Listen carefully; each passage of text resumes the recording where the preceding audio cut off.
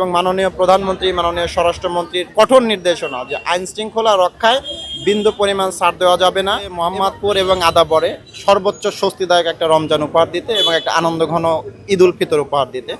তো তারই পরিপ্রেক্ষিতে আজকে আমরা কিন্তু ডিএমপির সবচেয়ে প্রশিক্ষিত যে বাহিনী সিডিটিসি একটা ইউনিট তাদের নিয়ে আসা হয়েছে এবং সবচেয়ে মানে লেটেস্ট এডিশন যেটা বলতে পারি আমরা যে আমাদের প্রশিক্ষিত K9 মানে ডগ স্কোয়াড তাদের কিন্তু একজন 4টা ডগ সহ আমরা কিন্তু আজকে পুরো জেনেভা ক্যাম্পে অভিযান চালিয়েছি এবং এই ডগ স্কোয়াডের মাধ্যমে এবং সিডিটিসির প্রশিক্ষিত বাহিনীর পাশে সাথে তো আমরা ছিলামই। আপনারা জানেন যে ইতিমধ্যে আমরা চাপাতি সহ একজন দুর্ধর্ষ সন্ত্রাসীকে ধরেছি যে আক্রমণ করতে গেছিল, পরে গণপিটুনির শিকার হয়েছে। আমরা তাকে উদ্ধারও করেছি, আবার তাকে আমরা গ্রেপ্তারও করেছি।